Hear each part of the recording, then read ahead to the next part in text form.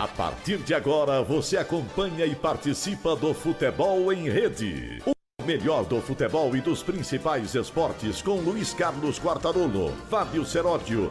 Meus amigos, estamos de volta aqui ao Futebol em Rede, muito especial, Futebol em Rede em entrevista. Venha para a rede você também. E hoje quem veio para a rede é um personagem muito importante do futebol brasileiro, como dirigente, como médico, como homem participativo em vários clubes, mas principalmente de coração são paulino, mas muito profissional, porque já trabalhou em outras equipes e foi muito profissional, inclusive em jogos contra o São Paulo, faz parte da vida. Claro. O doutor Marco Aurélio Cunha está conosco, convidado pelo Fábio Seródio, pelo Fred Batalha, essa minha equipe de produção, a Mônica Basile, vou falar para você, viu? E o nosso Sérgio Oliveira, que nos dá essa retaguarda. Como é bom falar de novo com o doutor Marco Aurélio Cunha, hein, Fábio Seródio? É verdade, doutor Marco Aurélio de Almeida Cunha, ortopedista, começou a carreira dele profissional já na década de 70, trabalhando no São Paulo Futebol Clube. Descobri, numa rápida passagem no histórico dele, que ele é o mais velho da turma, que eu nem sabia, achava que eu era mais velho que ele. Você vê como é observar.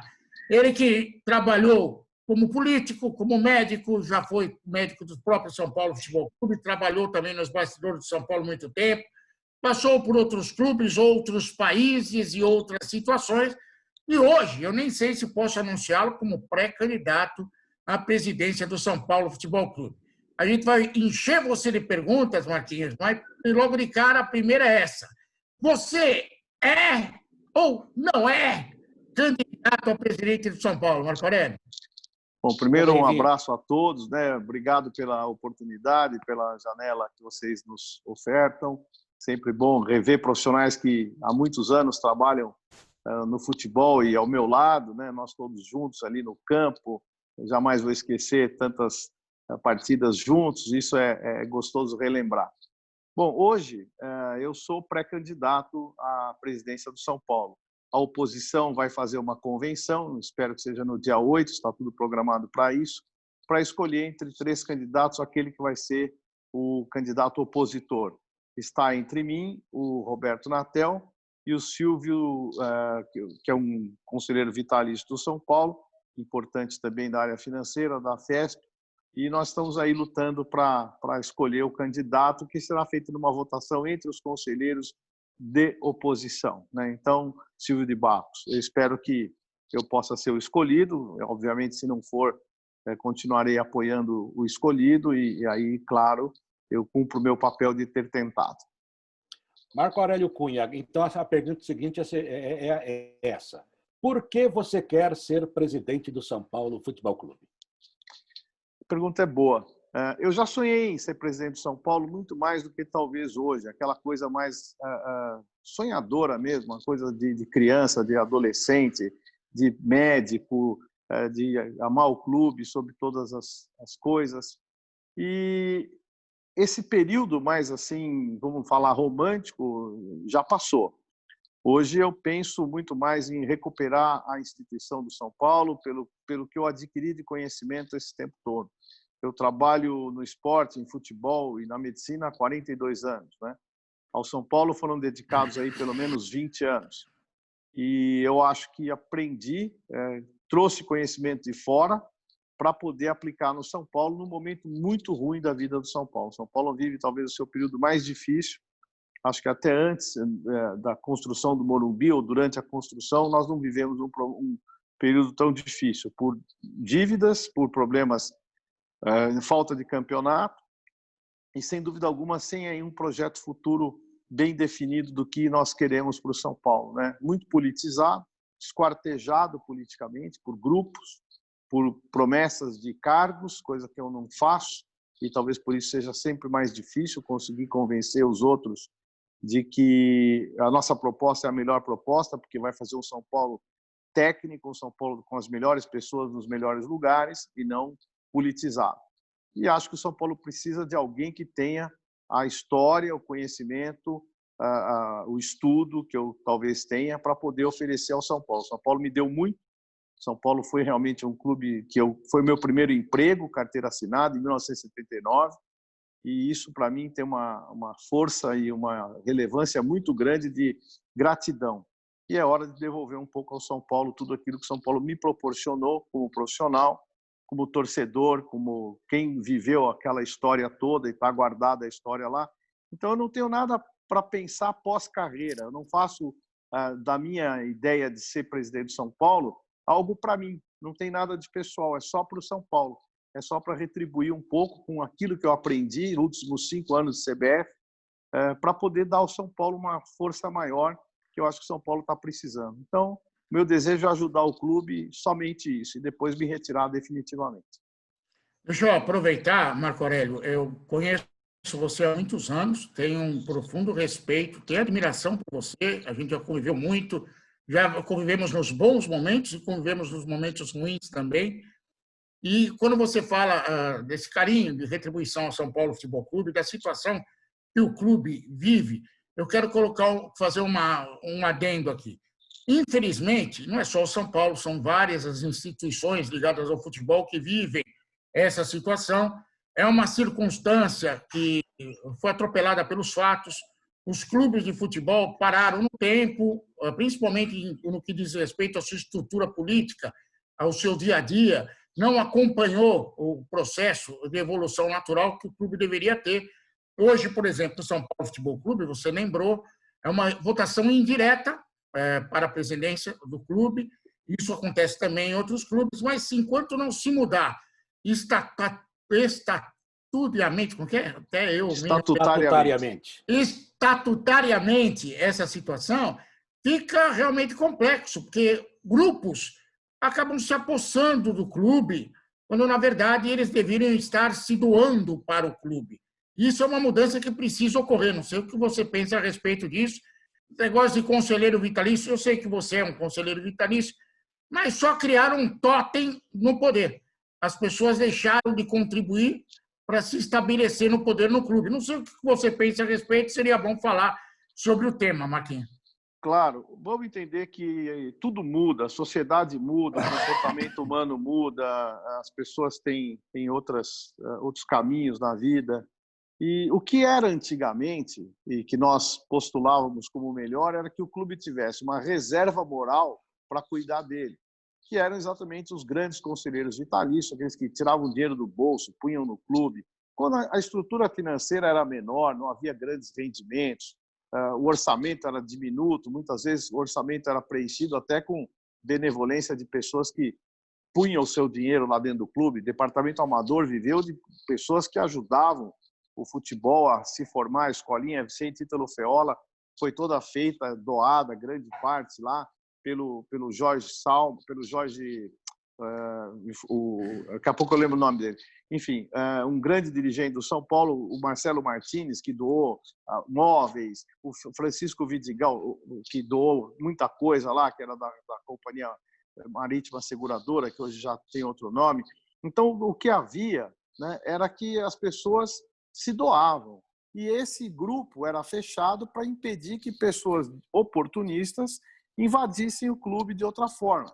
Mas a coisa vai mudando, os mais velhos e mais idealistas vão nos deixando, vão subindo ao poder outras pessoas vindas da social, que talvez não tenham tanta história, que não tenham tanta lembrança de quem foi esse São Paulo.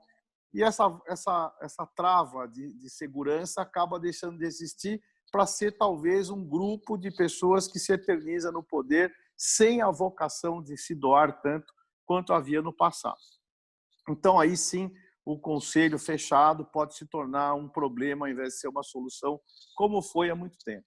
Por outro lado, se você abre a votação em demasia e cria aí a votação aberta para sócios torcedores que só pagam quando o time ganha, que não são perenes na forma de pagar, ficam num determinado momento, criar uma regra para que esse sócio torcedor, eventualmente, que pague uma contribuição, que também não dá para você pagar R$5 e votar para presidente do São Paulo, que amanhã também uma organização criminosa compra não sei quantos títulos de sócio torcedor e fica dona do clube. Então, você tem tanto pelo pequeno fórum, o perigo daquilo ser um grupo de continuismo, como parece que está acontecendo, quanto você abrir demais e outras pessoas interessadas no negócio futebol possam também distorcer o processo político. É muito difícil.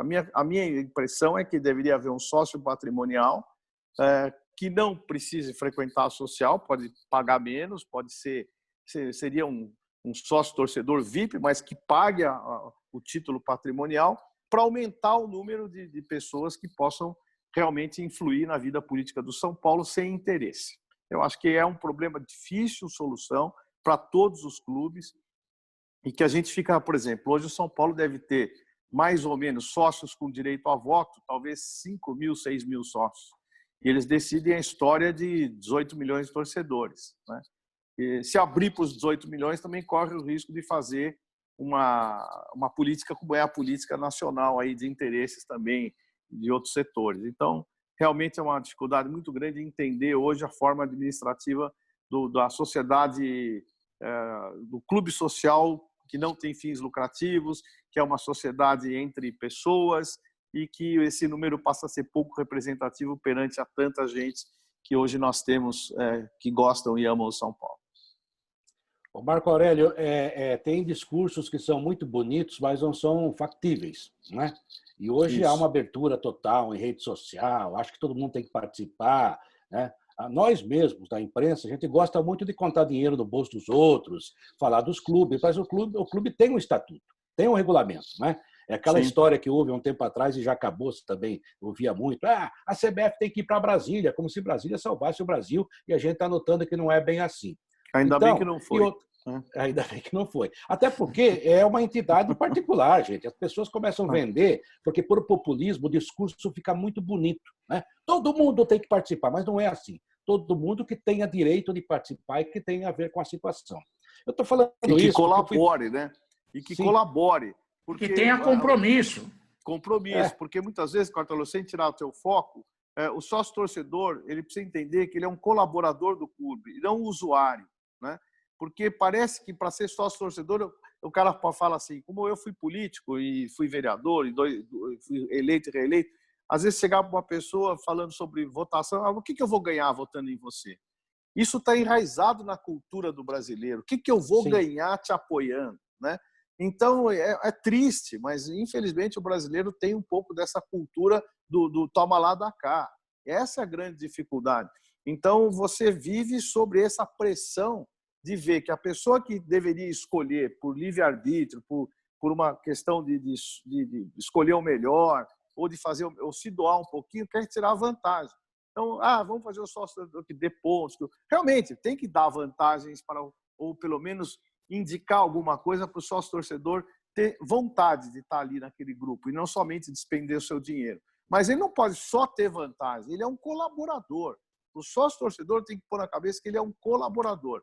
E isso é importante. E é claro que a gente tenta devolver entretenimento e resultados. Mas a grande dificuldade é essa. Desculpe, Quartarolo, prossiga. Não, é só para... Até vou contar uma historinha rápida e você vai entender por quê. Eu fui vice-presidente da CESP, que não tem nada perto do São Paulo, é bem pequenininha, né? Aliás, a participação nossa como cidadão é muito pequena, você sabe disso. Você foi político, né? A gente não vai em reunião de condomínio e depois reclama das decisões. Mas tudo bem. Daí, quando havia aquele negócio do troféu ACESP, que era um negócio para ser maravilhoso, um Oscar, sempre quem perdia reclamava, falava que foi vendido, aquela coisa toda. Mas quem votava era a classe. Principalmente o cara de jornal. Quem conhece o cara de jornal, o repórter de jornal, nós da imprensa, da falada, vamos dizer assim, a gente aparecia mais até. Mas o cara de jornal, poxa, ninguém conhecia, mas a classe conhecia. Então ele votava naquele cara, assim como Hollywood vota nos seus filmes, deve ter problema lá também, mas faz parte, só para te contar. Aí numa reunião, perto do troféu, alguém falou assim, não, a gente está muito atrasado, a gente tem que ter participação popular, vamos abrir para a rede social, eles vão votar nos melhores. Gente, tudo bem, mas... Eu conheço você, você conhece aquele, você pode gostar mais de mim, daquele, ou não gostar de ninguém. Você tem uma base para fazer a sua avaliação, eu acho. É a classe informação, conteúdo, né? Sim, uma visão como você viveu dentro, então você tem uma visão melhor que a nossa, né? Aí foi no fim, mas é bonito, né? O discurso era bonito. Não, aí, tá bom, então abre para votação popular. Aí ganhou um cara. Aliás, 2. Não, aí também não. Como é que vão mudar para... Amigo, você não falou que o povo tinha que votar? O cara fez campanha, ganhou, agora nós vamos entregar. Não, mas aí não dá. Então é muito bonito na hora de fazer, mas o cara acha que vai acontecer o que ele pensa, e não é assim. Isso. Né? Exatamente. Então faz o seguinte, faz um para o povo e faz o interno.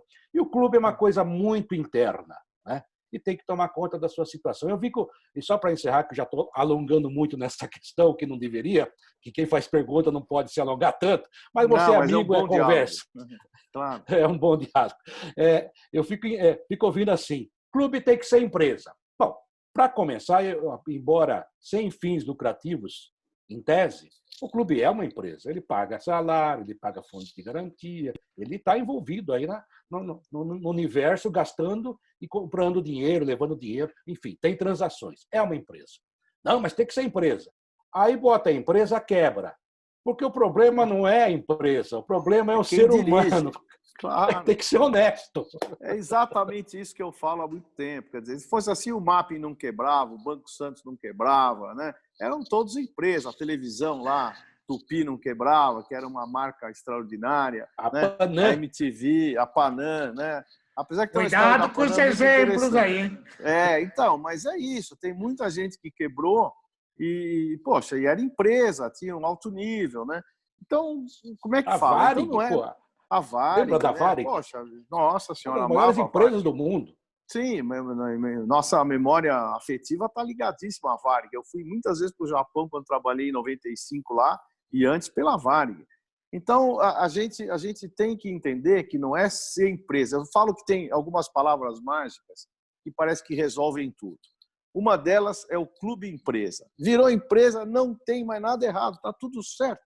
É empresa, pô, profissionalismo total. Mentira. A outra é laser.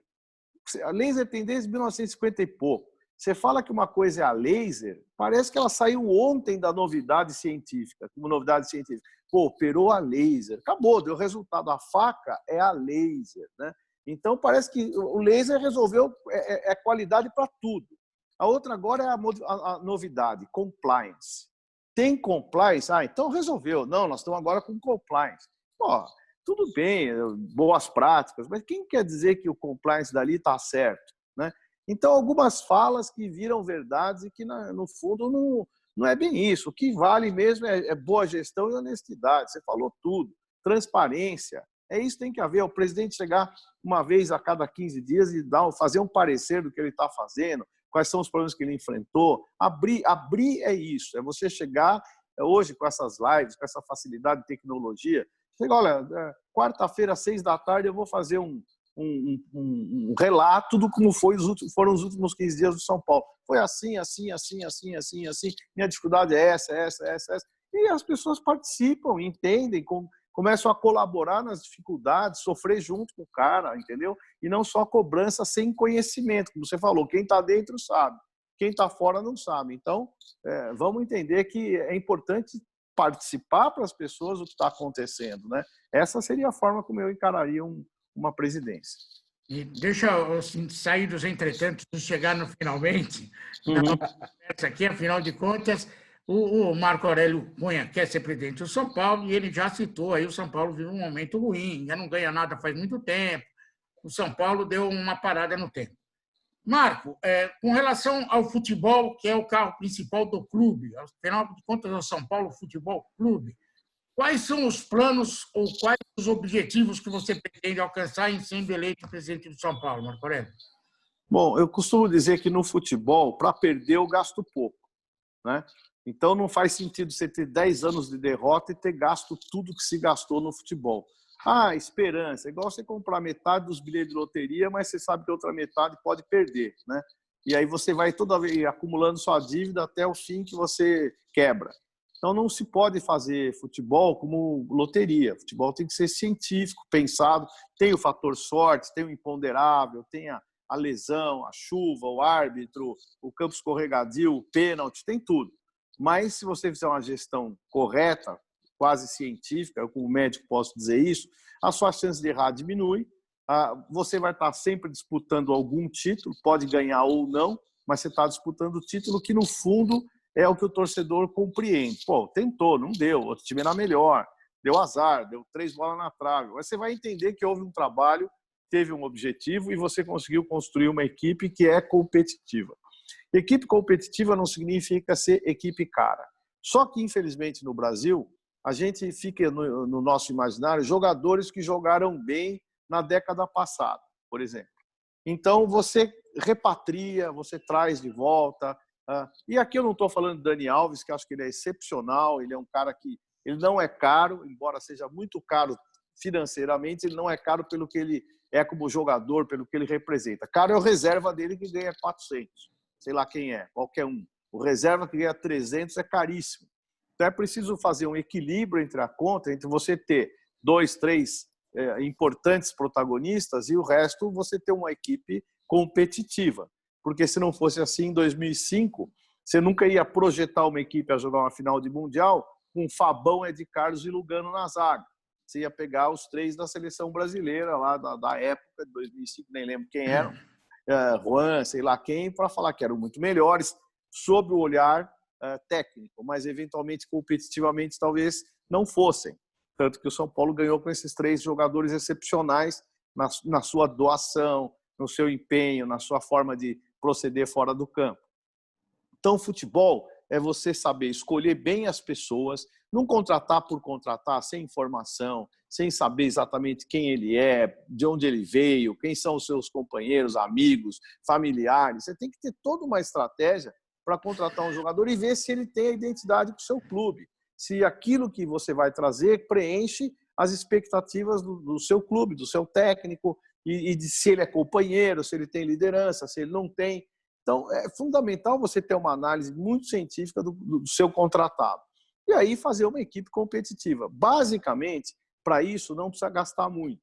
E outra coisa é priorizar as receitas. Você saber o que deve, quanto deve, dívidas passivo trabalhista, passivo fiscal, passivo com agentes empresários, debater de novo esse pagamento. Enfim, depurar essa dívida, espremer a dívida, saber quanto você pode pagar ou deve pagar, criar uma renegociação de dívidas para você ter fôlego, tá? E aí seguir a coisa bem feita. Priorizar a base, fundamentalmente. Não dá para ter 8 jogadores da base num time de 11, é bobagem alguém imaginar isso, porque são faixas etárias completamente diferentes. O jogador de base tem 18, 19 anos.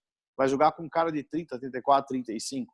Né? E o confronto físico e de experiência é impróprio. Você pode ter 2, 3 jogadores muito bons da base subindo, 4, e o restante tem que estar equilibrado entre 23 e 35 anos. Mas não dá para pôr só a base, tem que ter um conjunto, uma harmonia entre... Agora, entre eu comprar um jogador meia boca, não sei de quem, por 5 milhões, eu ponho o meu da base até ele virar. Ou até eu achar outro da base que cumpra essa missão.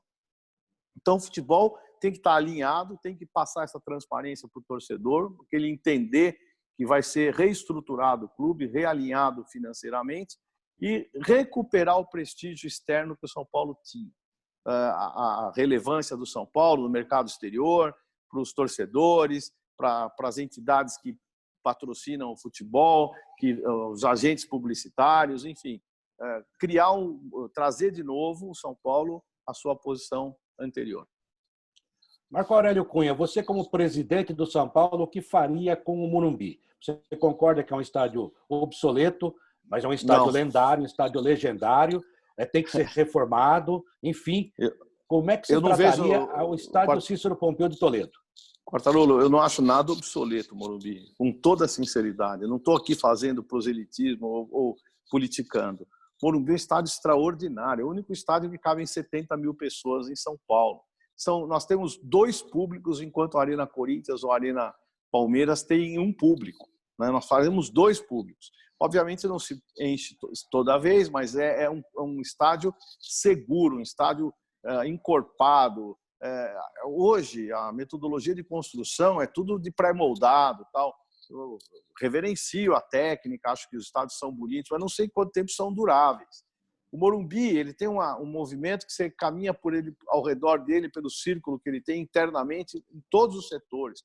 É uma obra-prima do arquiteto que fez o Morumbi, que é o Vila Nova Artigas, premiadíssimo internacionalmente. O Morumbi precisa sempre... Eu fui ao Camp Nou há pouco tempo. Camp Nou é um estádio muito parecido com o Morumbi. Quem está lá em cima está de longe, quem está sentado na cadeira não está tão perto, um pouquinho mais perto, talvez, as cadeiras térreas. Eles têm um plano de cobertura do Camp Nou, toda a modernização. Acho que modernizar é fundamental, mas não derrubar, não tirar todo. Por exemplo, eu acho que o Maracanã ficou muito pior do que era, embora mais moderno. Eu escolho o Maracanã antigo para nós, que era carismático, cabiam 200 mil pessoas, que balançava, aquilo era um espetáculo. Hoje virou um estádio quase comum, quase comum. O grande Maracanã virou comum.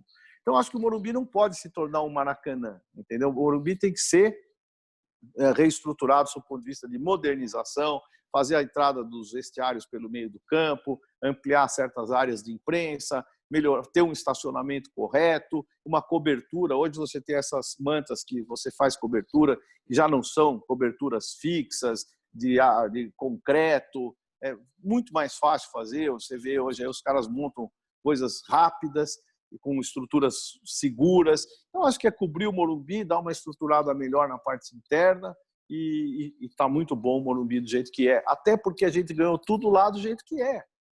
Então, o estádio não ganha jogo. O estádio ajuda um pouco, a torcida ajuda um pouco. Toda vez que você fala que o estádio ganha jogo é porque o time vai mal.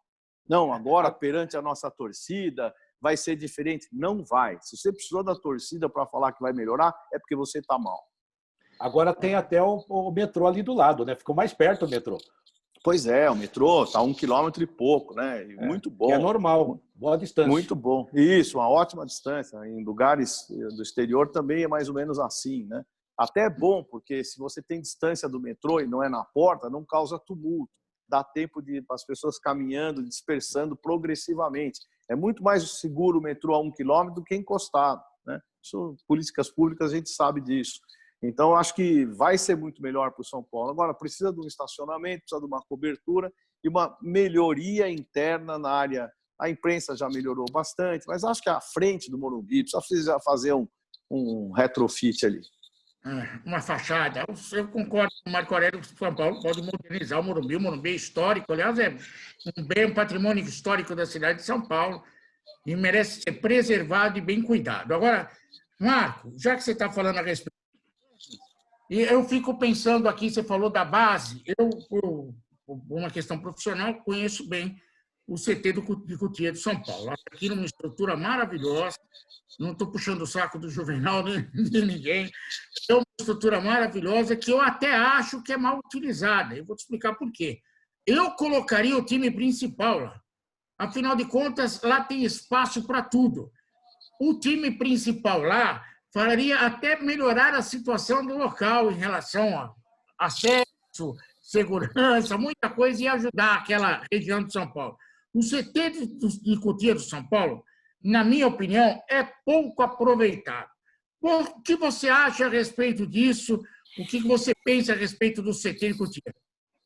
Eu acho que a proximidade do CT da base com o profissional forma precocemente jogadores se imaginando profissionais. Se lá, a certa distância, eles já se acham importantes demais, imagine convivendo todo dia com os profissionais.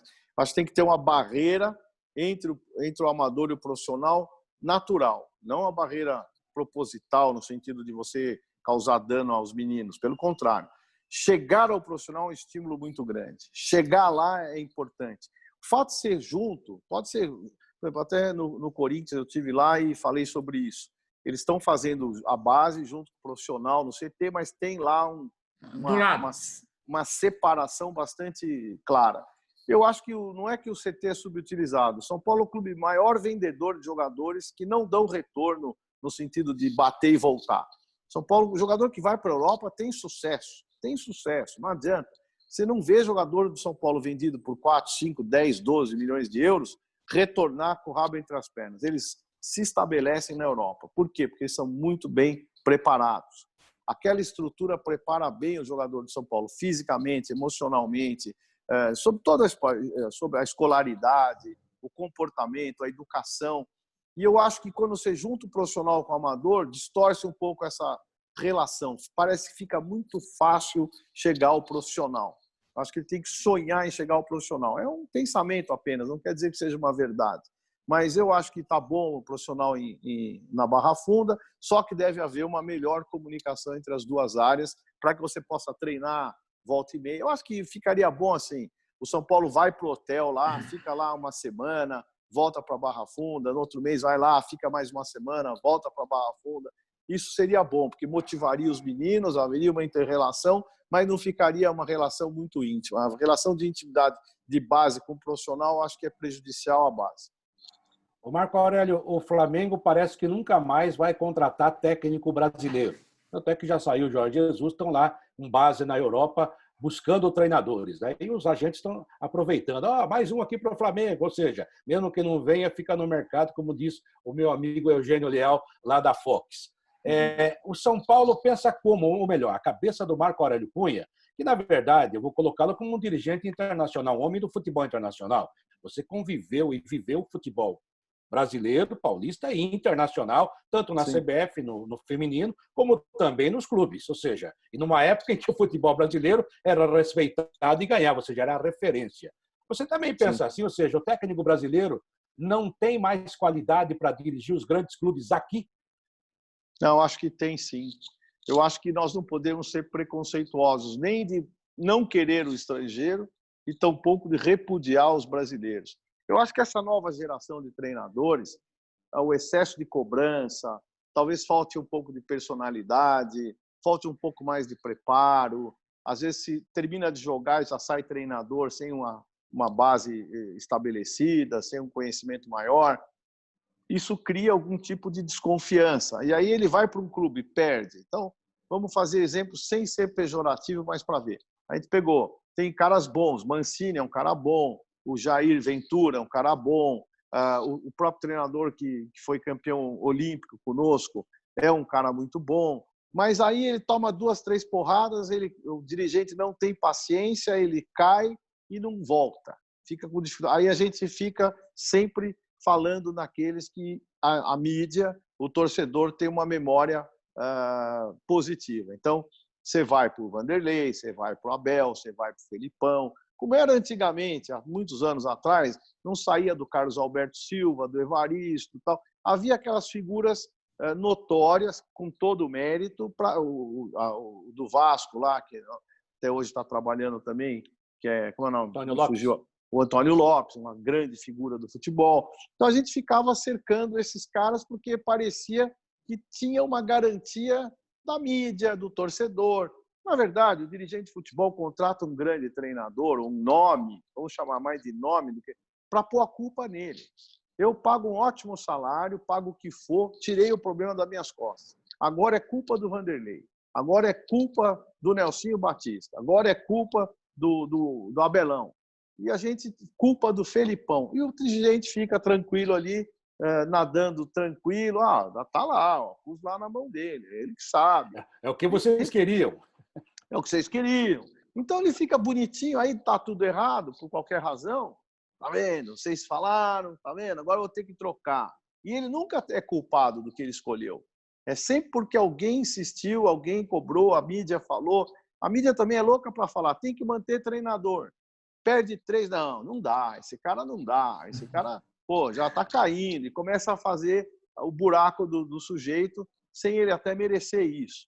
A insistência com o treinador é fundamental. São Paulo com o Tele praticamente quase derrubou o Tele quando perdeu 90, né? 90? Isso, 90.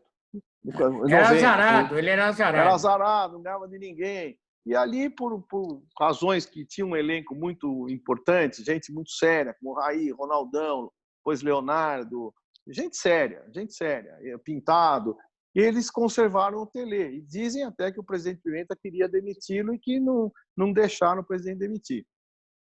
E deu certo, a coisa continuou bem, né? O Muricy, quantas vezes eu vi lá gente cornetando para tirar o Muricy, Muricy bom, chuta bola. Pô, o cara foi tricampeão brasileiro, né? Então, há muita pressão sobre os treinadores brasileiros e quando você fala de um estrangeiro, ele vem com desconfiança. Quando ele dá certo, vira gênio. Vira gênio, não tem para ninguém. Bem fez o Jesus de ter saído sem ter que passar por algum momento de derrota, porque senão tudo que ele fez já teria ido embora. Então, ele fez muito bem. Vai vir para cá pelo triplo daqui a não sei quantos anos. Por quê? Porque o brasileiro adora comprar a revista antiga, o álbum de figurinha. Ele pega o álbum de figurinha lá de 1994, Ricardo Rocha, e compra. Já não joga mais, né? O treinador, eu estava fazendo uma comparação ontem, assim, jogador de futebol. Você pega um jogador de futebol que teve sucesso há 8 anos atrás. Por exemplo, nós estamos em 2020, 2013, 14, 6 anos atrás.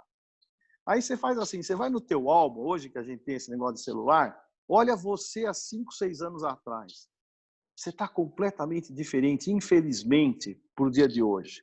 Você está velho, menos cabelo, cabelo branco, a bochecha mais gorda. Se você mudou tanto em 6 anos... Falo por você. Mas eu falo por mim. Se você mudou tanto em 6 anos, a sua filha mudou tanto, seu filho mudou tanto em 6 anos, você acha que aquele jogador de 8 anos atrás é o mesmo? Você contrata com a imagem de antigamente. É igual você entra no álbum lá das suas colegas de formatura, né, e fala, vai encontrar com ela hoje. Melhor não. Melhor não. E ela vamos mudar de assunto. E ela também fala isso pra gente. Elas também. Nossa, tá careca, tá com cabelo branco. E os jogadores de futebol também envelhecem, mas os caras não acreditam. Eles não acreditam. Eles trazem o cara de 35 anos achando que ele tem 25. Olha a tua foto de 10 anos atrás. Se você for o mesmo, você compra o cara. Martinho, você falou a respeito de seriedade, citou alguns ex-jogadores da época do Tele, citou o Raí, por exemplo. O Raí hoje é diretor do São Paulo Futebol Clube. Eu tenho pelo Raí um profundo respeito, mas eu acho que na função ele ainda não deu certo como ele deu certo em campo. É a minha opinião. O que você faria em relação ao departamento, ou o que você fará em relação ao departamento de futebol?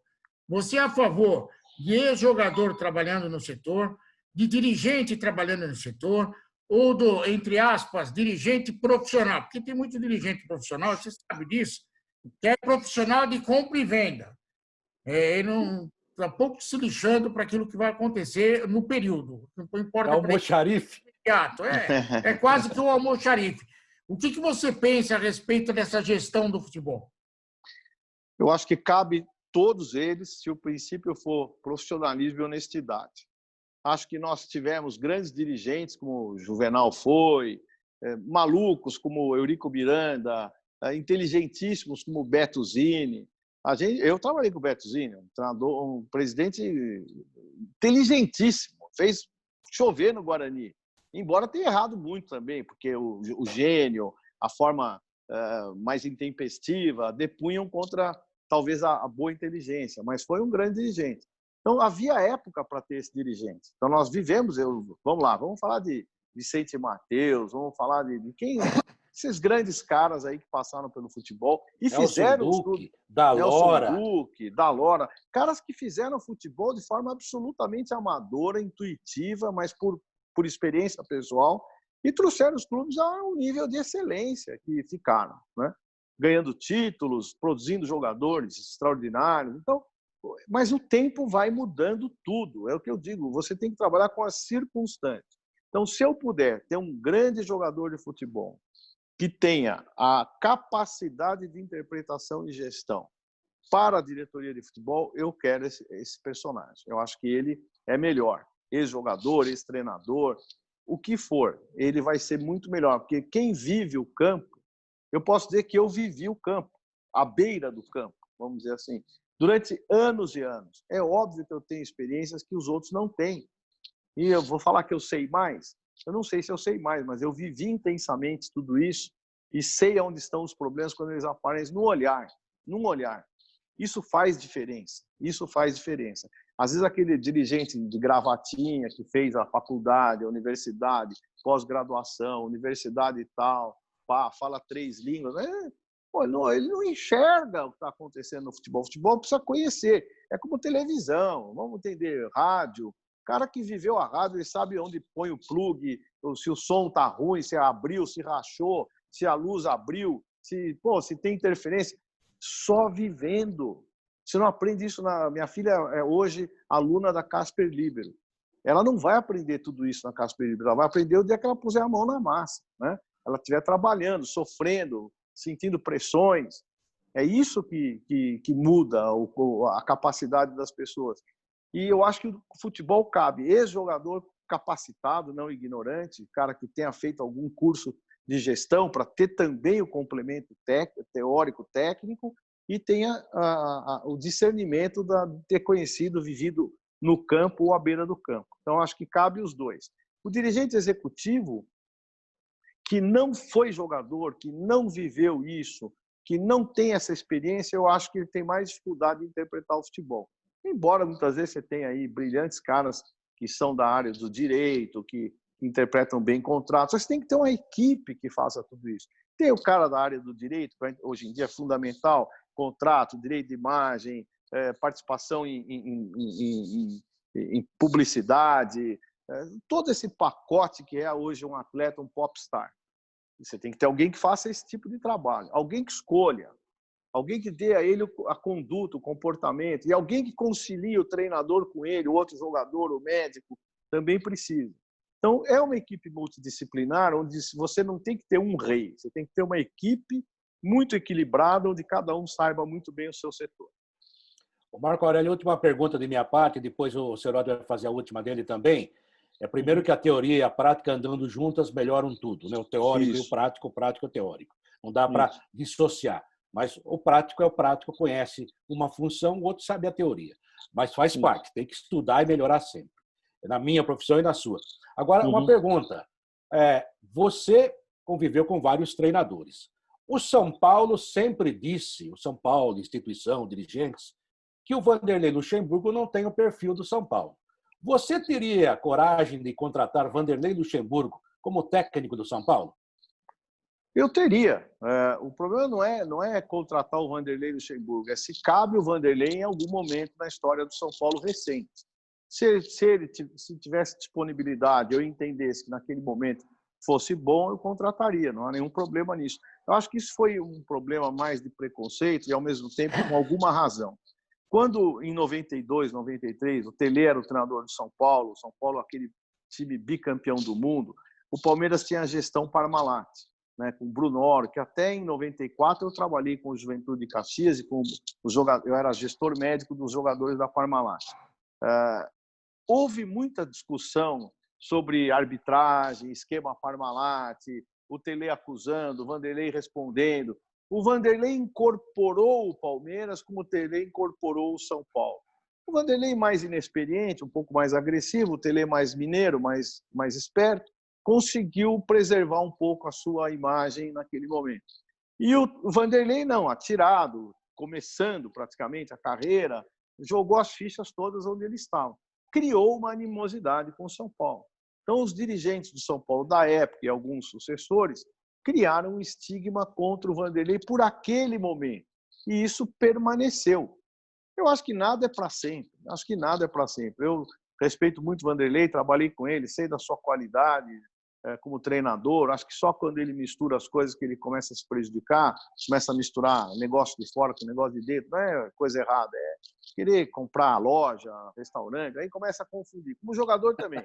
Quando começa a ficar sócio do amigo, começa a perder dinheiro e ter problema. Comprar bar, comprar não sei o quê. Enfim, jogador faz isso também. Cara, né?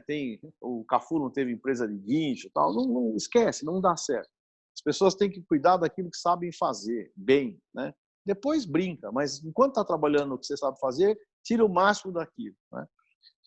Enfim, então acho que foi isso que aconteceu com o Vanderlei. Talvez hoje tenha passado o tempo dele ser o técnico do São Paulo, né? Mas eu não teria nenhuma dificuldade em aceitá-lo, porque além de ser um excelente treinador, me dou muito bem com ele, gosto dele.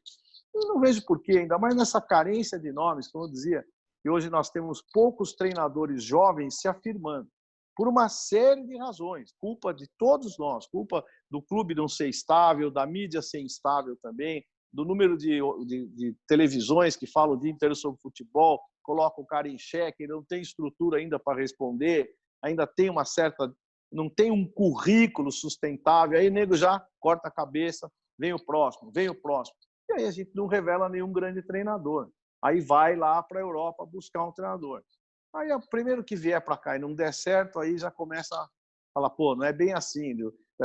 Infelizmente, o clube que ganha, o São Paulo é um exemplo claro disso, ganha muito, como foi o Flamengo ganhou nesse último ano, se acha imperturbável.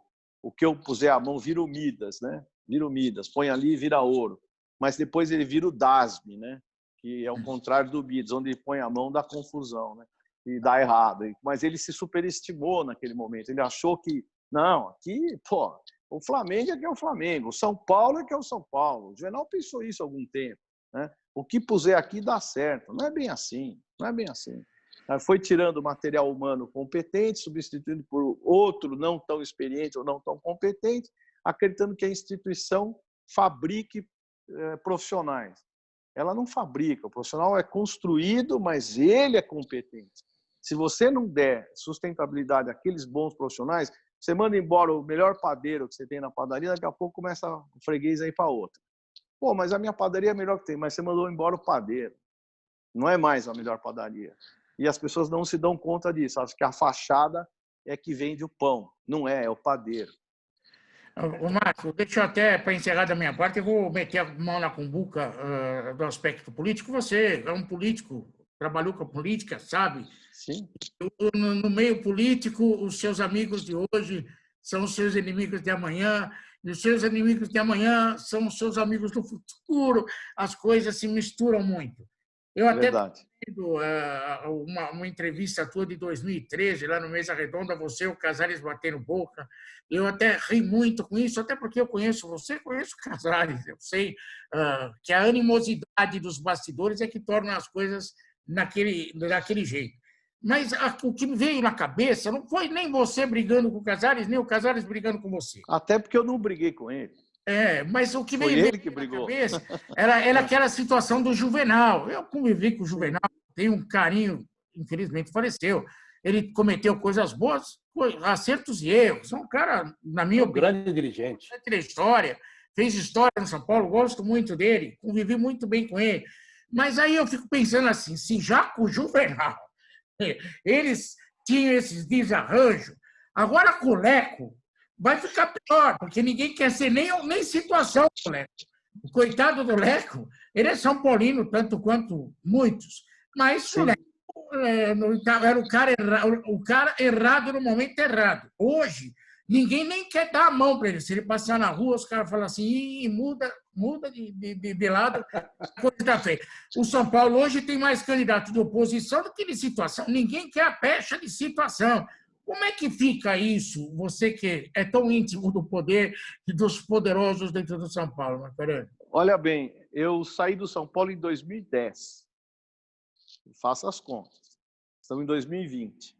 Eu voltei em 2016 a pedido do presidente Leco, de alguns diretores, para eu pegar o time a 1 ponto do rebaixamento, faltando, eu não lembro mais quantos, mas quase um segundo turno lá, foi em setembro que eu voltei, e eu aceitei o desafio, deixei a CBF, fiz uma licença não remunerada, vim para o São Paulo, ajudei, saímos daquela situação, o Rogério veio como treinador e eu fui embora de volta para a CBF. Foi a minha única participação nesse período. E assim mesmo, o Leco foi eleito depois, com o meu voto, inclusive, com o voto do Casares, inclusive. Eu não faço parte de nenhuma diretoria do São Paulo. Nunca fui diretor institucional, nem adjunto do São Paulo. O Casares está lá há 10 anos. Há 10 anos. Ele é do Conselho de Administração do São Paulo. Ele e o ex-presidente Pimenta fazem parte do conselho que administra esse mandato. Então, aí você tira as suas conclusões. Quem é oposição e quem é situação. Não dá para disfarçar e tirar o chapéu na hora errada, né? Mas de qualquer maneira.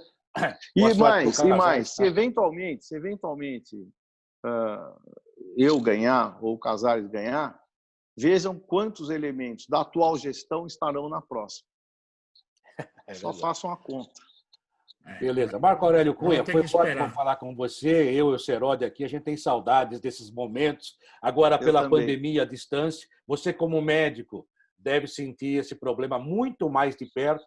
Eu tenho filha, tenho genro, tenho sobrinhos que trabalham na área da saúde, e a gente vê a luta de vocês. Eu queria, em nome de toda a família brasileira, de todos aqueles que perderam entes queridos, de todos aqueles que estão preocupados, agradecer a você e esse pessoal da área da saúde que tem dado tanto, e tem dado de uma forma grátis, graciosa, sem pedir nada, e tentando arrumar a situação, minimizar, que vão morrer pessoas ainda, infelizmente, mas se não fossem vocês, eu acho que a gente estaria perdido, como eu disse, eu sinto na pele isso quase todo dia com conversas e as histórias que chegam para a gente, que estão subestimadas por aí, mas isso é um papo para um outro congresso, um outro conclave. Eu tenho a honra de ser seu amigo, votei em você como vereador. Muito obrigado. Costumo divulgar meu voto, e para vereador, principalmente, eu não voto em partido, eu voto mais nas pessoas que eu conheço, porque é o cara que vai trabalhar do meu lado. E você é uma pessoa que eu conheço demais. Eu vou dizer uma coisa para você, Quartarolo. Eu aprendi uma coisa: partido não existe.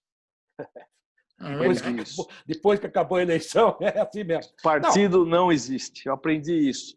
Talvez um ou outro partido mais radical, mas seguramente os partidos não existem porque o apoio, a confabulação entre todos acaba fazendo um partidão.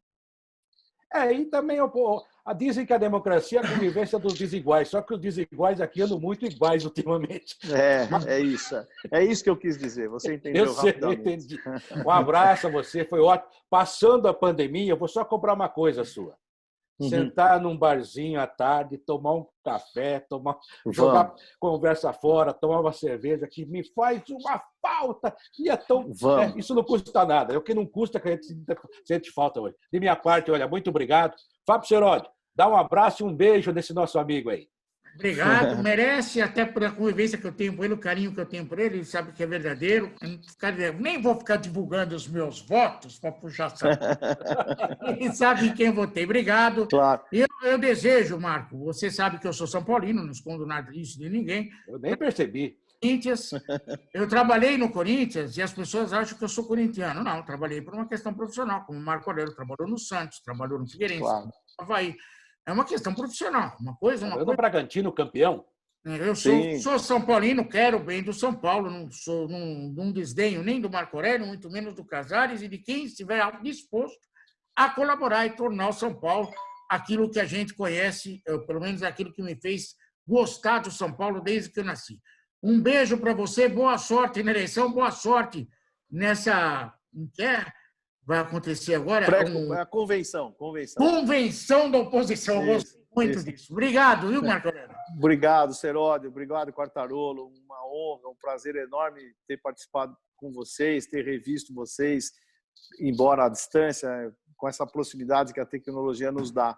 E obrigado pelas menções à área da saúde, Quartarolo. Muito obrigado, porque são pessoas realmente impecáveis aí que estão ajudando demais. Eu também tento ajudar, porque tem muita gente dentro de casa que está sofrendo muito psicologicamente, angustiado, perguntando se estão ou não doentes, e a gente tem que fazer uma visita para um, uma visita para outro, para dar um conforto, né? Embora com toda a dificuldade de presença, mas com máscara, com todo cuidado, explicando para as pessoas que não é tanto assim, que deve se tomar cuidado, mas que vivam também, não deixem de viver. Eu tenho um vizinho aqui da frente que tem 93 anos, seu Mário. Uma figura humana espetacular, guia carro. Imagine como ele está se sentindo nesse período que ele não pode sair, então ele necessita de atenção. Dar atenção às pessoas também é fundamental, não só tratá-las, mas dar atenção. Tenho minha mãe de 89 anos, eu vou lá todo dia que posso, faço meus testes para ver se estou livre da infecção do Covid, aí posso ficar perto dela, arrisco ficar perto dela, porque é melhor tê-la perto do que, enfim, um dia lamentar de não ter abraçado. Então, dá para fazer tudo ao mesmo tempo, desde que com muito cuidado, com muita ciência, sempre se higienizando, fazendo o que é certo, mas não deixe de conviver com as pessoas que você ama, porque esse preço depois você não pode pagar. Obrigado aí para todos, um grande abraço e espero retornar. E vamos tomar um café, a cerveja, em breve, nós três, tá bom? Um grande abraço a todos. Se Deus quiser. Gostei das palavras, belas palavras. Obrigado. Ótimas palavras. Obrigado. O cara conhece. Aliás, fazer programa com o Marco Aurélio Cunha tem que fazer em capítulos, né? Marco Aurélio Cunha, grande dirigente do futebol brasileiro, um profundo conhecedor, grande médico, né? Um homem que trabalha com esporte há tanto tempo e também com a vida humana. Um personagem muito importante passando aqui pelo Futebol em Rede em entrevista. É mais um grande entrevistado. Um abraço, Fábio Serodi. Fique bem. Se cuide para cuidar dos outros. Um abraço. É isso aí. Até a próxima, se Deus quiser. Obrigado mais uma vez, Marco Aurélio Cunha. Tchau, até a próxima. Aqui no Futebol em Rede, na AltV, a primeira TV da internet. Termina aqui o Futebol em Rede. No site futebolemrede.com.br você encontra muito mais informação e também está convidado a participar e interagir. Futebol em Rede.